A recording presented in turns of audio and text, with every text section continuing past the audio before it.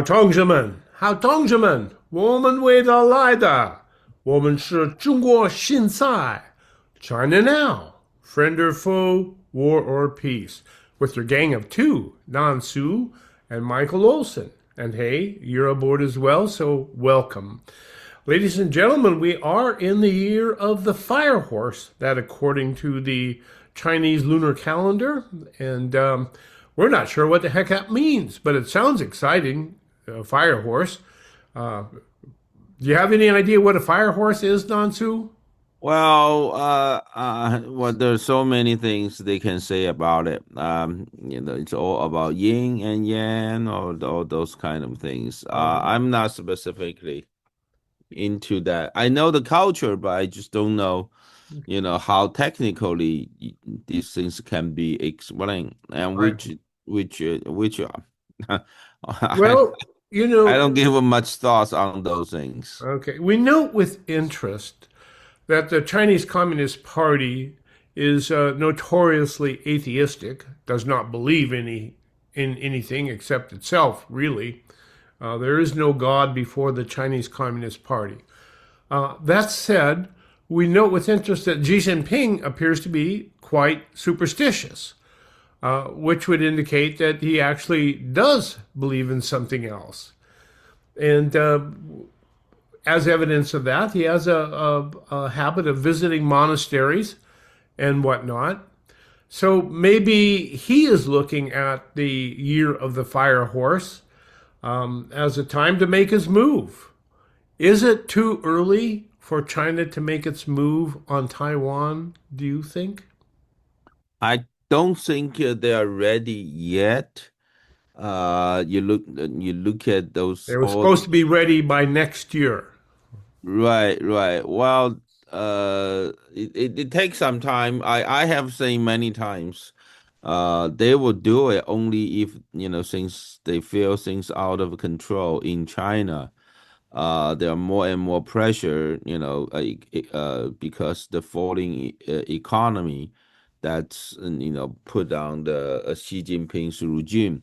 Uh, we don't know if they're going to do it, but so that's why the efforts need to be made. That's why Trump is going to China, and then Xi Jinping is coming to the United States in December. So hopefully they will delay the war so that we have more time to make our military prepared. Yeah. Amen to that. Well, over the past 375 editions of China Now, we've often made mention of the fact that as China gets closer and closer to its magical year of 2027, in which it promises to be ready to invade Taiwan, it has become more and more belligerent every year. And it appears as though it has taken great pleasure in being the great bully of the Western Pacific, kicking sand in everybody's face and challenging everybody to do something about it. And not many countries are big enough to do something about it, though we see the Philippines standing up and fighting over the Scarborough Shoals, as it were.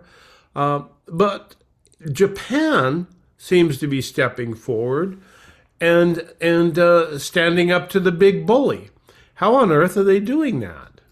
Well, you look at it in the things happening in Western Pacific. Our allies like Taiwan, Japan, the Philippines, they take an entirely different approach than the Europe, than Canada, right? It's a shame. It's a shame for the Canadian government, um, Well, Canada has always been notoriously friendly to the Chinese Communist Party. I think beginning with Pierre Trudeau and his early visits to China in support of the Chinese Communist Party. I mean, there's something about the Canadians that like that Chinese Communist Party. Don't know what it is, but it's well, they have been heavily infiltrated by CCP, in the past, 2 decades. And that's also why, Carney and made a speech in Davos and said that he preferred to build a so-called value-based, global economy. And and I think a lot of when you hear that value-based, you will think that's values of freedom and democracy, but that's not true. What are So the values that he's talking about? the value he's talking about is the what's the value that the global economy that based on? It's a DEI, it's a free trade, right? He want to build that. Everybody needs to be equal Yeah, and and I think, included. and that's why he, right after Davos forum, he went to China and met with Xi Jinping, right? So they want to, so basically he want to all these countries together to and exclude the United States, and they want to, again up with China and because they want to do continuously do all this free trade, all these things with China. I think it's a big shame for the we see the Western leaders like a Carney, like uh, Macron, and like Starmer, and like England, yeah, all of them, all of these countries, they have been Germany. in the Oh, yeah. game. In Davos, they all want to continue the globalization, and the United. That's why Rubio in Munich International Security Summit, he said we are prepared to do this alone to continue the Western civilization. But although we prefer that you're all going to join us, all these countries there, Stama just came back from Beijing, and he didn't get much. Uh, and I think Macron went to Beijing not long ago. Yeah. Merz went to Beijing last year too. So Well, all they're not getting anything from China other but they than still want, yeah. to make all these trade deals, right? They should supposed to, like you follow United States leadership to defend the Western civilization. If that's the purpose, they need to, raise the tariffs on China. Instead, they're just doing. They see what they take. It's a complete different route than what Japan and Taiwan and the Philippines it's taking. So So they what they are, think they can just be nice, and if yeah, they're to nice China, enough, and China will they want respect to them. play both sides. They're like a flip flop. It was Uh, very interesting, Nansu. and well, it's important. We also have a bad player too in the Western Pacific. That's South Korea. South Korea. South Yeah. Korea's president just went to visit Beijing, right? Yeah. Well, for the sake, we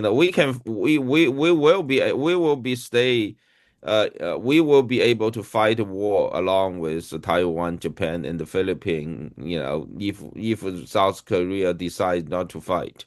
Let them be. We still can fight. The first island train is there.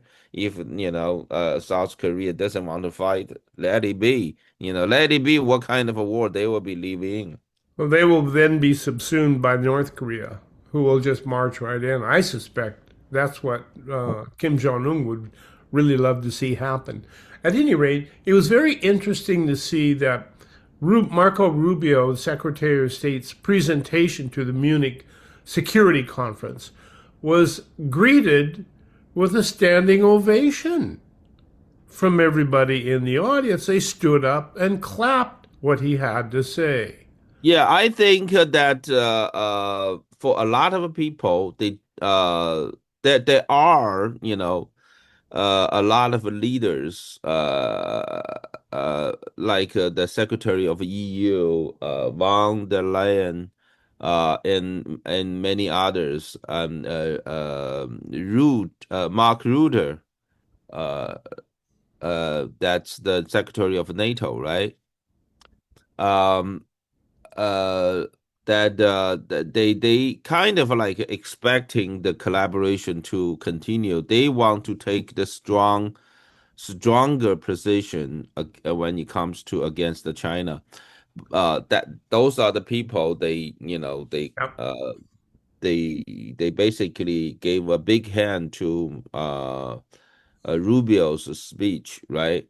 But however, there we live in a democracy.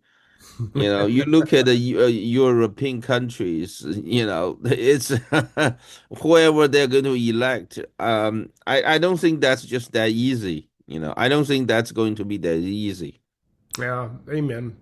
Well, where it has seemed to be pretty easy is in Japan, which had an election this year, and they elected Takaichi as the prime minister, and she is a veritable Iron Lady, just like Margaret Thatcher was. And she is standing up and giving a full throated support to Trump's doctrine. And it really interesting, she is actually standing up to China's bullying. The little lady is the one that's standing up to the big bully. It's just Yeah, very Takaichi. interesting. Yeah. Well. See, what Xi Jinping's bully did was they put a sweeping witch into her hand, right? The same thing that what Xi Jinping did in 1990. Uh, that was what in that was I think it's in 2000. Taiwan's president. He was actually in minority support, but because China's bullet, they shoot missiles which dropping around Taiwan actually made Taiwan's minority party leader Chen Shui-bian won the election. So same thing, they just did it again. They had uh, all this bully to Japan, which you remember we talked about it in October. China's one of China's diplomat in Japan actually said he's going he wants to chop off the head of Takaichi, right? So there's some big threats, but she's standing up to it. Yeah, And she's her standing up. country Yeah, she is didn't her back down. yeah, and her country is backing her in a superlative where they're standing up and saying Well, you. it's the biggest victory for her party. That's the biggest victory ever since the party was built after World War II. So So major support. they never won so many seats. They had more than two-thirds of a majority in Congress now in the And lower house. and the country appears to be in love with this this little lady that stands up to the big bully. Now, how do you think other countries are the populations of other countries are going to see what the people of Japan are doing?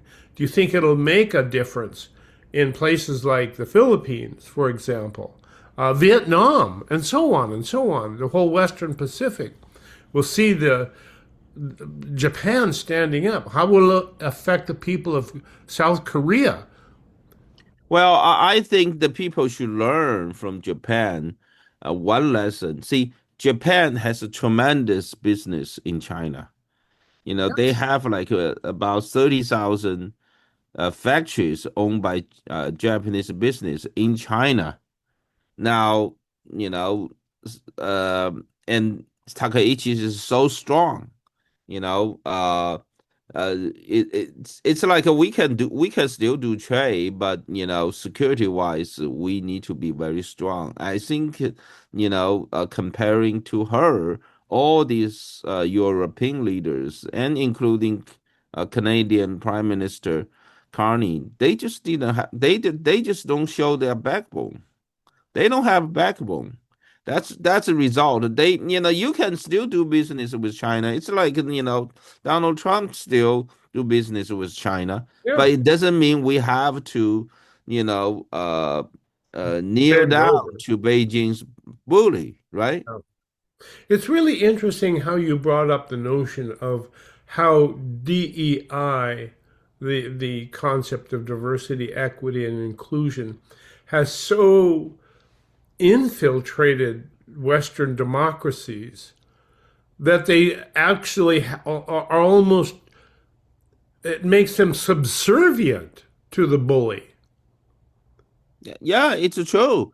I mean, well, first of all, it totally destroyed, the value base for the American-led international order built after World War II, right? So because now we welcome China, Russia, all these people in the free trade, we don't have to protect our border, and then we don't have to, all these countries, they, for years they don't have enough spending on their national security, and and then also, we deindustrialize. I mean, this is the worst thing we can do to United States. We deindustrialize United States and industrialize the China. We What gave our could be the biggest worst? This adversary is all of the tools they need it's to. all under this slogan of DEI, right? We gave because of DEI, we want to include China on everything we do. That's just basically the nonsense. Like So, you try to. so in essence, what you seem to be saying is that the guiding theme of the new world order is diversity, equity, and inclusion. In the global economy era, right? From Yeah. 1989 to 2024.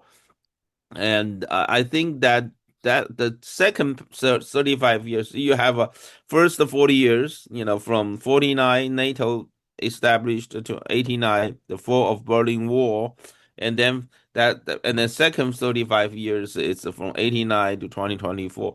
You can see, the reason the first 45 has gone so well. It's all because we have a super strong United States, and plus, the common values that all the Western world based on.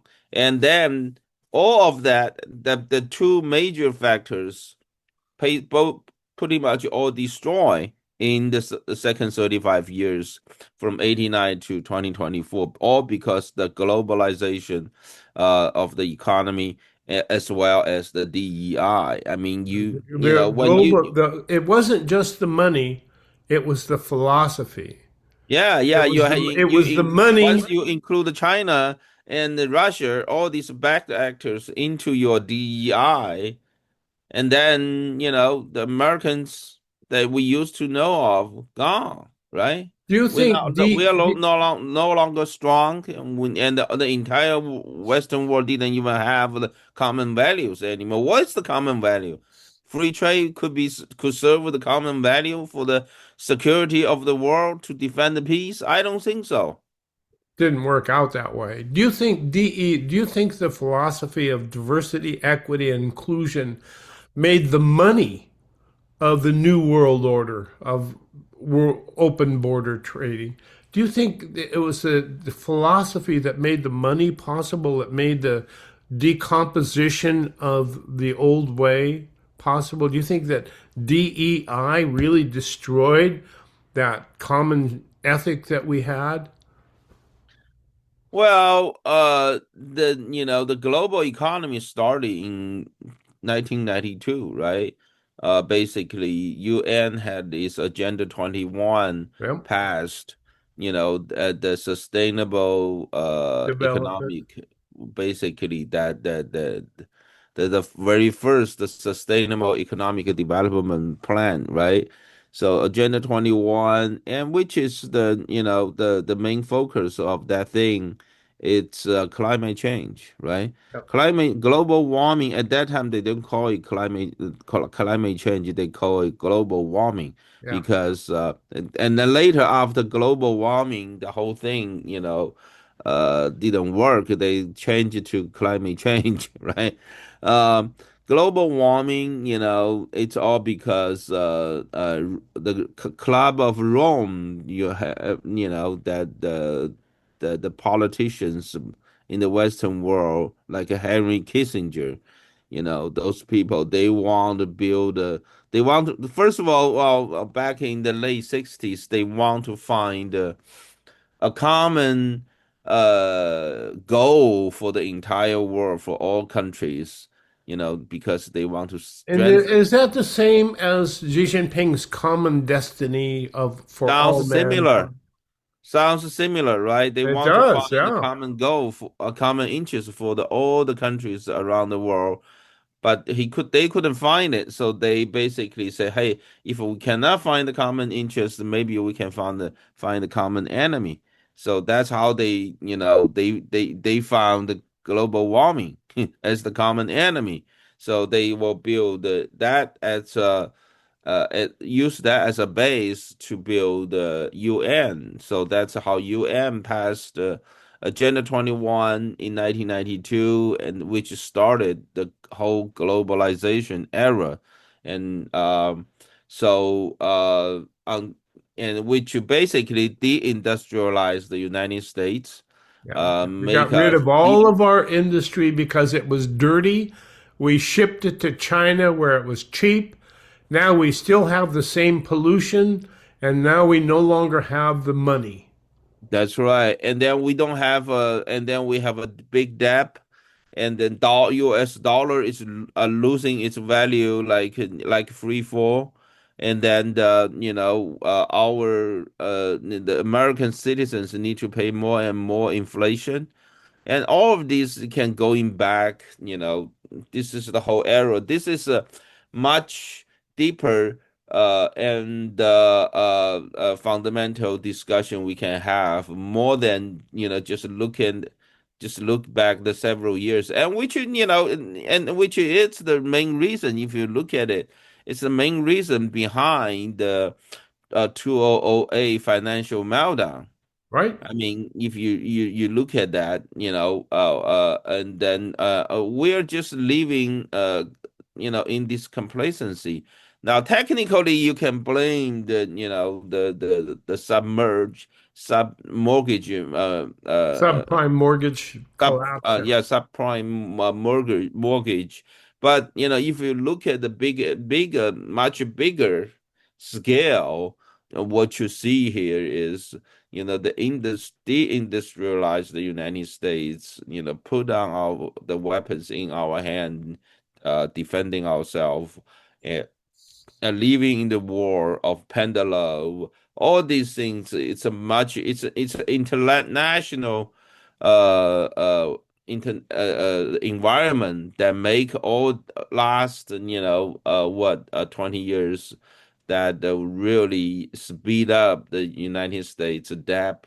And also we don't have money to pay back, because Yeah. think about So, that. If so the question the then becomes, did we did we come to our senses in time? That is the big question. Well, We think look about to that. If we did not deindustrialize ourselves, and we still have all these industries, all these jobs yeah, stay in the United States, and our economy will be much better than where we are today. And then I don't think that the 2008 uh the financial market meltdown will actually happen, because if United States have money, they wouldn't go to that far, to make that kind of a wrong decision. okay. It's just all because we kind of like we're losing money, and then our economy drop so fast, and nobody realized it. Everybody is still living in the euphoria, Of hand of and that's love. why all these fails happen, right? Yeah. Well, we're going to move on to other stories that we have, and our next story after we take a quick break. Peru ousts its president. Not the first time it's done it recently, a lot of times. So why did Peru oust its president? Well, had something to do with what we're talking about today, which is 中国现在, China now, friend or foe. Do stay tuned. We will be right back after these important messages. Satisfy your hunger with a fresh, prepared, twice-daily grab-and-go sushi you'll find waiting for you at Sushi Market Sprouts, 2 blocks from the beach at 300 7th Avenue in Santa Cruz. Fresh, delicious, and oh so good. Hello, I'm Junko, and I look forward to serving you at the Sushi Market Sprouts. Satisfy your hunger right now with the delicious ramen and sushi you'll find waiting for you at Kaito. Easy in and out location in the Capitola Mall food court. Special orders welcome. Fresh, delicious, and oh so good. This is Koji. I'm looking forward to seeing you at my restaurant, Kaito. California coast to the fertile valleys inland. Earthwise Land Service is your land's best friend. Earthwise can clear it, mulch it, move it, sculpt it, grade it, drain it, or retain it, any way you choose. Earthwise Land Service is your land's best friend. Hi, I'm Carolyn, and I have some property behind my home at Larkin Valley that I've never seen. It was completely overgrown with brush and poison oak, well over 10 feet high. I wanted to have it cleared to protect my horses from wildfires, but nobody could do the job. Then I called Buck at Earthwise. Buck brought out his big brush-eating machine and turned all the brush and poison oak into mulch. It was truly transformational. Thanks to Earthwise, my property is now like a park, and I can trail ride my horses. Earthwise Land Service is your land's best friend. There is more than one way to enjoy the benefits of cannabis. Hi, I'm Carly from Treehouse Dispensary, 3651 SoCal Drive, SoCal. With tinctures, Treehouse tinctures are available in many different flavors, are rapid acting and versatile, and offer precise dosage control for consistent enjoyment. Treehouse has a friendly staff to help you select the right tincture for your needs. Blue raspberry, anyone? Stop by and say hi. Treehouse Dispensary, 3651 SoCal Drive, SoCal. Or ourtreehouse.io.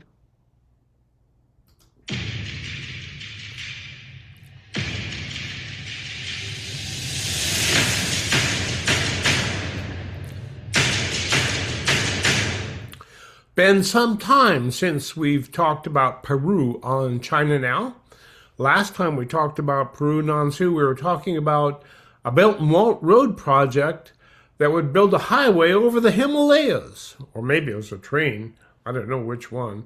At any rate, a very big project. And that would essentially give China access to the heart of the Amazon and Brazil, which is something we've noted that Brazil's political establishment has been leaning a lot toward China. So what happened recently is that the Congress of Peru voted to impeach and remove President Jose Jerry, leaving the presidency vacant just 2 months before a scheduled presidential election that Jerry was not running in. So Jerry evidently was caught having a secret meeting with representatives of the Chinese Communist Party. And the press found out about it, and that was the end of that. So threw him out.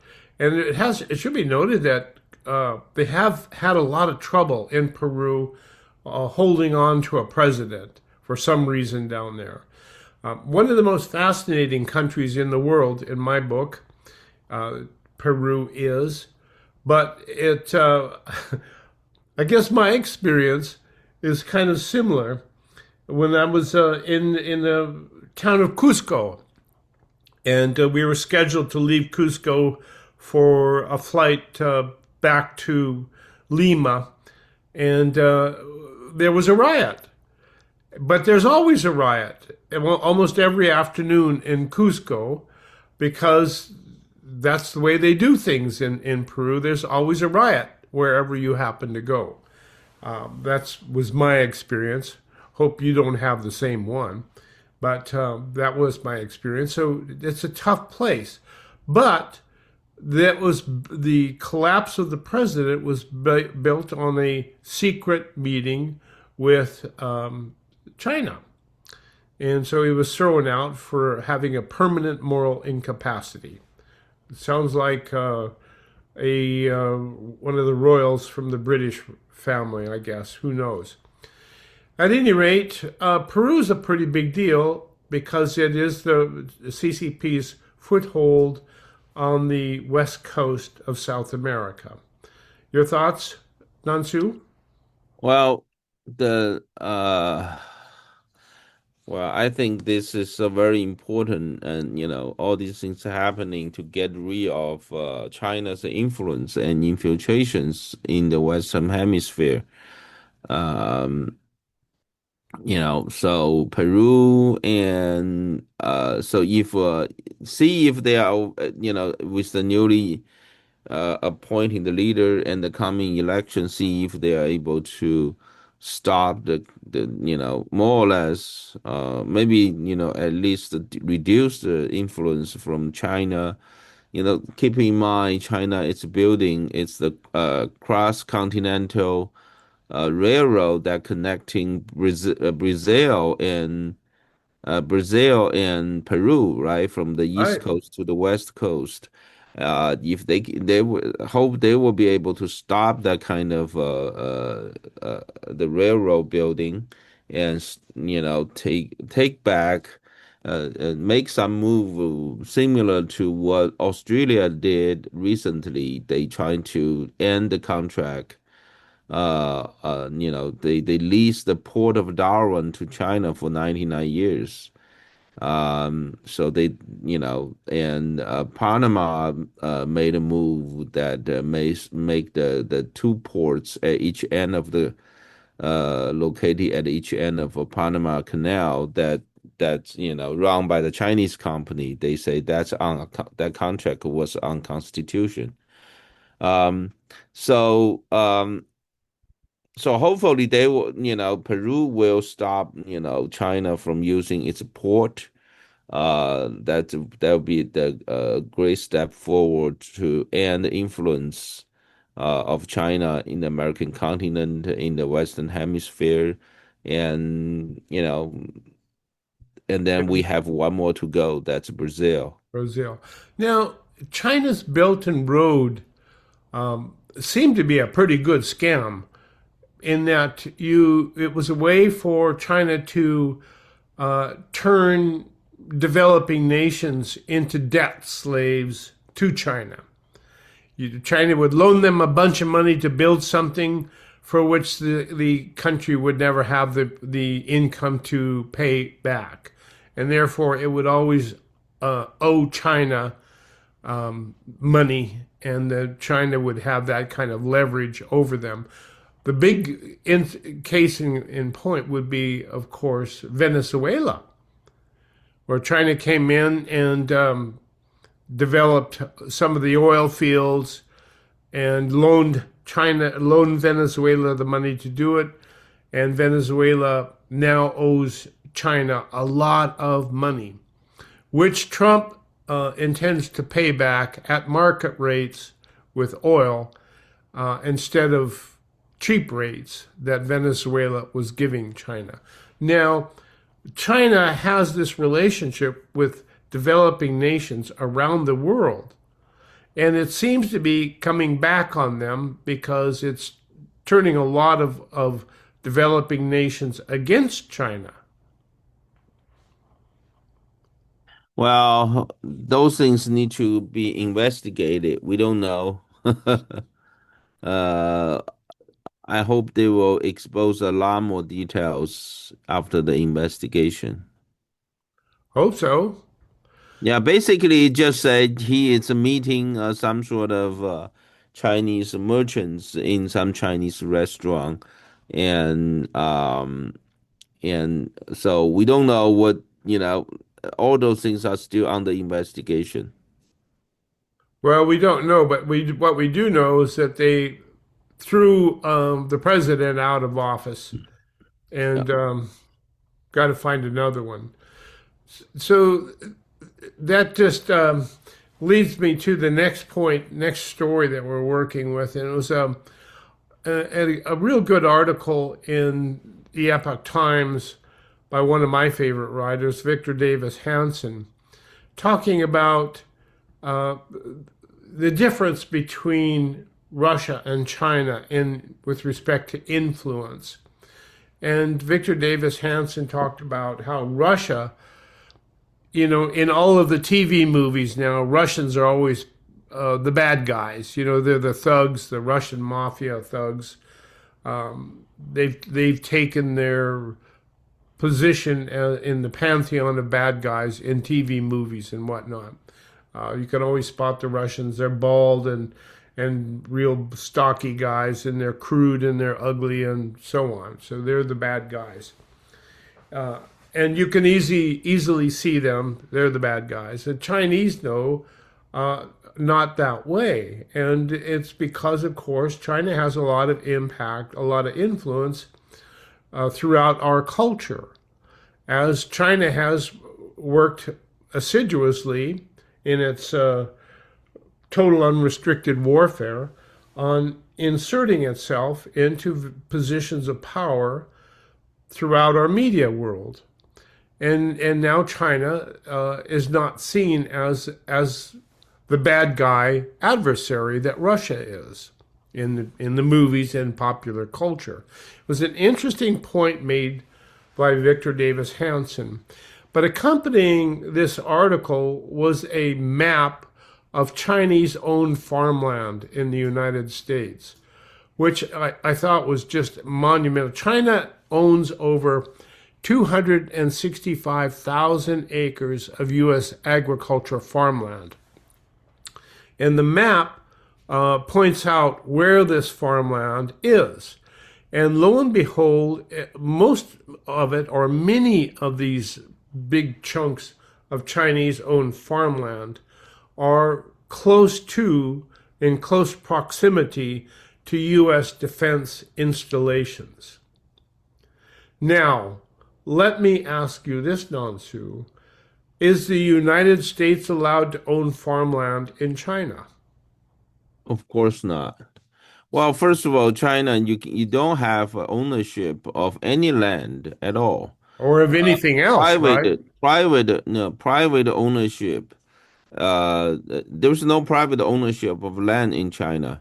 Now, this is what happened. China has been ever since the establishment of the CCP regime in 1949. So they basically say there are two types of ownership. The one type is owned by the government. So that's all the cities' land, all the urban areas' land. Now, all the farmlands are collectively owned by the villages. It's like the old Soviet Union's time. You have the collective ownership, not a single ownership, not the private ownership by families, Right. but the collective ownership by the whole villages. So now. But however, the Constitution of China made farmers the second level citizen. Now they cannot, although they collectively owning all the farmlands, but they cannot sell. They cannot develop. Once they try to develop, the only way to develop those farmlands is they transfer the ownership to the government and let the government develop those land for commercial purpose. So, basically, although, farmers collectively own the land for every village, but however, they can only own them. They are the owner of a farmland. They cannot In own essence, any they're commercial. leasing the land from the federal government or from. No, they cannot do anything like that. They have to, if they want to develop the land, they have to sell to the government and let the government develop them. So basically, the ownership of all land in China, they basically direct or indirectly by the Chinese government. And is it not true, Nansu, that there are two classes of citizens uh, or residents? I don't even know if there is such a thing as a citizen in the Chinese, in the world of the Chinese Communist Party. At any No, there rate, is no actually that you cannot.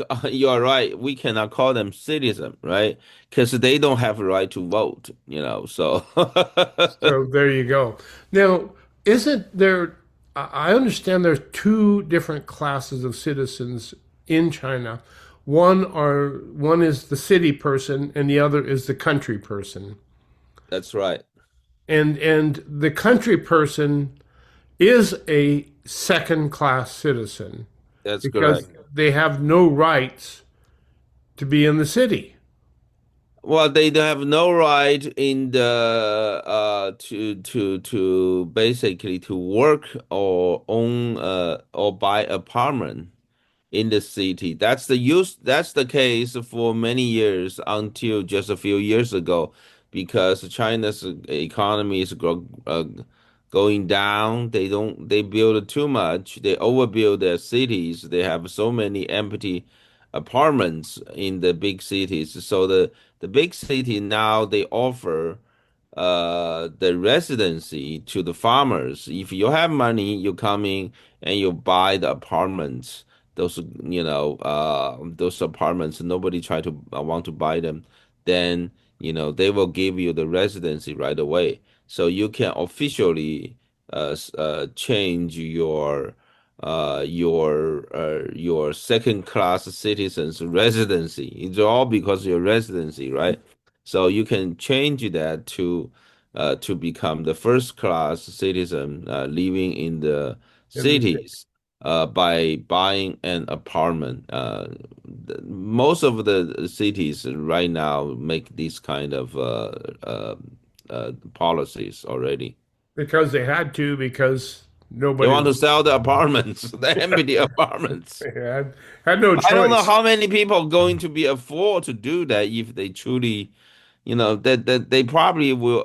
It won't solve China's problem. It's just that they don't have enough rich people living in the countryside. Yeah, so it's very interesting to see a culture that that discriminates against people not by the color of their skin or their faith or whatever, but by their where they live. If you live in the country, you're scum. Yep. You're low class. You're the bottom of the barrel because Yep. you live in the country and you grow food. Really interesting. So we see by this piece in the Epoch Times that the Chinese Communist Party, or I guess it has to be the Chinese Communist Party because they're the only ones that can own anything anyway, now owns 265,000 acres of U.S. ag land, much of it in close proximity to our defense installations. And what are we doing about it? Nothing as of yet. What else do they own? Now, this is a story that popped up a couple of weeks ago, Nansu, and we just haven't been able to get to it. But I think we just have to get to it. And that is the suspected biolab that was discovered in Las Vegas. And what makes this biolab very interesting to me, probably to you too, Nansu, is that it is owned by the same person who owned the secret biolab in Reedley, Bradley. California. Yeah. And you were one of the first people to report on that biolab. And here we have another one owned by the same character. Now, do you think these two are an anomaly, or are they indicative of the fact that China has planted biolabs around our country? Well, it's hard to make that conclusion until the investigation is done. But so all we know is this Chinese business owner, he moved from one city to another city. It came Uh, from Canada. yeah, and from different countries, they are trying. They register as some sort of a buyer company, and then what was discovered from his company was like the specimen and the virus, all kind of different virus, and they say they try to develop some sort of a vaccine. Um, yeah, this is all we know. I mean, and there are reports uh, reporting his personal tie with the CCP, which Yes, there was. it's very which is very easy to identify because most of all these Chinese business they have a different kind of connection with Chinese government, or otherwise they wouldn't be able to be successful.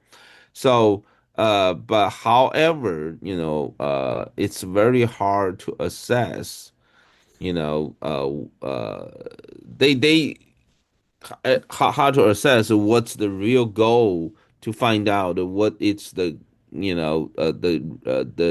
What's real really going on? purpose. Yeah, the purpose of by Chinese government of what's the real deal behind below the under the table, what they really trying to do to undermine the national security of the United States and the Western world. Those things is very, very hard.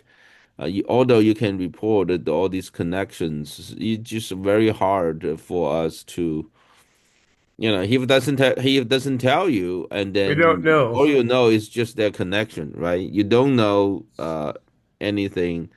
Um, But the other thing we know is that those biolabs contained a lot of very dangerous things, yeah, like yeah. Ebola virus. Ebola, COVID, and then a bunch Everything, of the whole others. thing, the whole spectrum, anthrax, Right. it's It's everything. just dangerous, it's just dangerous. So, that just basically shows how Americans have been complacent about what we have. We take it for granted. We take it for granted that they're doing good, and they're not. That's right. It's all because of we include China in this DEI, right? Yes. Now, so that's something that each and every one of us should pay attention to when it gets right down to it. Because the biolab in Reedley was discovered when a building inspector happened to notice a hose coming out of the side of a building that everybody believed to be empty and vacant.